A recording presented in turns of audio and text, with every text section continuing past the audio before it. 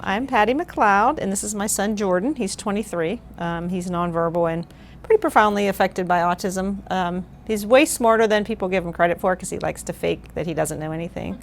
He attends a day program 4 days a week, not too far from here, and he also has caregivers that come in and work with him throughout the week.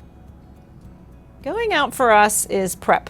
We can take him almost anywhere, but we always have a book bag with extra pull-ups and extra clothes, wipes, gloves. The problem is that he's not completely potty trained. Sometimes he can go, sometimes he can't. So it's a huge challenge for us. We have to always think about where we're at, how long we can stay. Sometimes I can do a trick where I can pull the pull-up through his pants and take one leg out, but not if he has a bowel movement.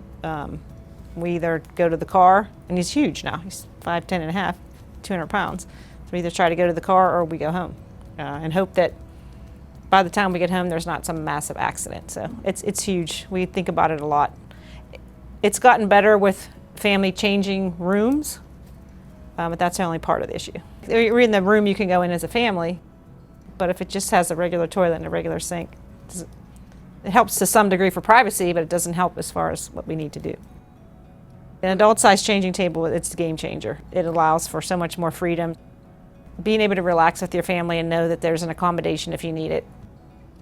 For us to have a power changing table is huge because he's 200 pounds. I can't lift him up. And he has some sensory issues with laying down on a low table. So a low table even for him is not ideal because I need to be able to reach him. And having a table that can go up and I can get him on, get him off, yeah, it's a game changer for us. I have taken Jordan to the ladies' room. Get a lot of stares, you get a lot of interesting looks. That's our option if I can change his pull up that way, if it's not a bowel movement. But if it's a bowel movement, there's no option in a normal bathroom, even if it's a handicapped stall. Without the changing table, there's not an option for us. If I could speak to an architect, I would say you're already making the room big enough. Those family changing areas are huge rooms. And there's a lot of wasted space, I think. So putting an adult-sized changing table that could go up and down and a sink that could go up and down, that could accommodate people in wheelchairs or someone with Alzheimer's. I mean, there's so many people this could affect. The room's already big enough. I don't think it would be that much more of an accommodation to put that in there. I would say to someone that thinks they're compliant with ADA, you might be, but is that enough? Is that good customer service? Are you accommodating everybody you could? Or are you just doing the basic minimum that you need to do by law? That's not great customer service. That's not being accommodating. That's just doing what you need to do to pass code. What areas would do if they had adult-sized changing tables? What they would do for our family is make it possible for us to stay for a whole Pirates game, stay for fireworks displays that are a long time, and you have to sometimes wait for things to happen and wait for things to clear out before you can get in your car. Being able to travel is huge. We could make it happen with a short flight, but if we had a long flight, unless we had accommodations, it wouldn't really be worth it. It would be easier to probably get in a car and drive, which is not always the best thing either for someone with a short attention span. It would make us be able to be a more normal family and do what everybody else does and stay as long as everybody else does.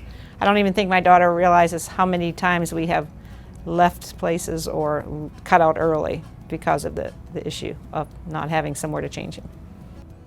I think if we could go anywhere or do anything in a perfect world, we would spend a lot more time in the community. We would not hesitate to go to a play or go to a museum or something maybe that we kind of shy away from now because we know it's not going to be as easy or we're not going to be able to stay as long. I just think it would open up a lot of doors for so many people. I mean, there are so many people that need extra help that maybe hide it pretty well. So I think it would just open up doors for a lot of people just to be more in the community, not be so isolated.